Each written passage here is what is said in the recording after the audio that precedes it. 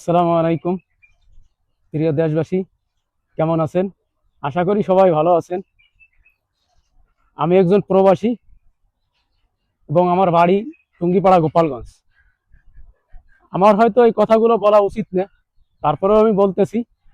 বিষয়টা হচ্ছে এরকম যে একটা রাজনীতি প্রেক্ষাপট নিয়ে বাংলাদেশ স্বাধীনতার পর থেকে নিয়ে আমরা অনেকগুলো দল দেখছি, যেমন আওয়ামী লীগ, বিএনপি, তারপরে ইরশাদ, জামাত। আমাদের প্রেক্ষাপটে এই চারটে দল ছিল।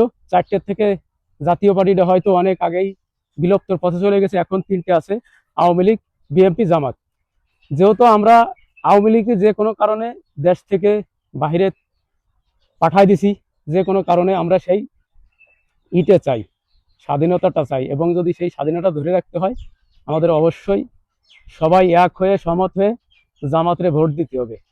যদি জামাতের বিকল্প আমরা কোনো কিছু চিন্তা করি যে বিএনপি নিয়ে আসবো ক্ষমতায়, ভাই, তাহলে আওয়ামী লীগের খেদায় আমরা বড় ভুল করছি। কারণ আওয়ামী লীগের পেট ভরা ছিল। এখন যারা 17 বছরের ক্ষুধার্ত, তাদের যদি আমরা এই জায়গায় বসাই, হয়তো বা আমাদের এই দেশ পুনরায় বিক্রি করে ফেলবে। যার কারণে আমরা সবাই একমত হয়ে জামাতরে নিয়ে আসি।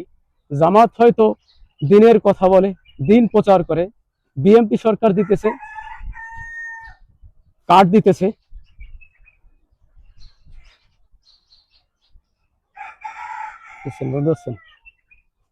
বিএনপি সরকার যেরকম ফ্যামিলি কার্ডের কথা বলতেছে, আদৌ বাংলাদেশে আমাদের 18 কোটি মানুষ। 18 কোটি মানুষের ভিতরে যদি 1 কোটি মানুষের ফ্যামিলি কার্ড দিয়ে থাকে, সেই সুবাদে 1 কোটি মানুষের যদি 2000 করে মান্থলি টাকা দেয়, সেই হিসেবে টাকা আসে 2000 কোটি টাকা। 2000 কোটি টাকা, এখানে 2500 কোটি টাকা অ্যাভারেজ দাঁড়াচ্ছে বছরে। আমাদের যদি 18 কোটি মানুষরে সে ফ্যামিলি কার্ড দিয়ে থাকে, মান্থলি যদি 2000 কোটি টাকা দেয়, সেই সুবাদে আমাদের এক বছরে বাৎসরিক হিসাব এসে দাঁড়াচ্ছে 25,000 কোটি টাকা। এইখানে যদি আমরা একটু যারা ডবল করি, 2000-এর জায়গায় 3000 বা 4000 করি, সে 1000-এর জায়গায় 4000 করি, তখন আসবে যে 50,000 কোটি টাকা। যার মান্থলি সালানা এক বছরে ইনকাম হচ্ছে 5 কোটি বা 6 কোটি টাকা, সে কিভাবে মানুষকে 2000 কোটি টাকা দেবে? এটি একমাত্র দেশ বিক্রি করা ছাড়া অন্য কোনো কিছু না। আপনাদের কাছে জোরদার অনুরোধ জানাই, যেহেতু আমরা সবাইরই দেখছি, আওয়ামী লীগ দেখছি, বিএনপি দেখছি, জাতীয় পার্টি দেখছি, একটা দলরে আমরা কখনো দেখি নাই। হয়তো আমরা জোরদার করে তাদের একবার চান্স দিয়ে দেখতে পারি। যেহেতু পূর্বে আমাদের একটা আছে, আমরা শেখ হাসিনার দেশ থেকে বাড়ি করে দিছি।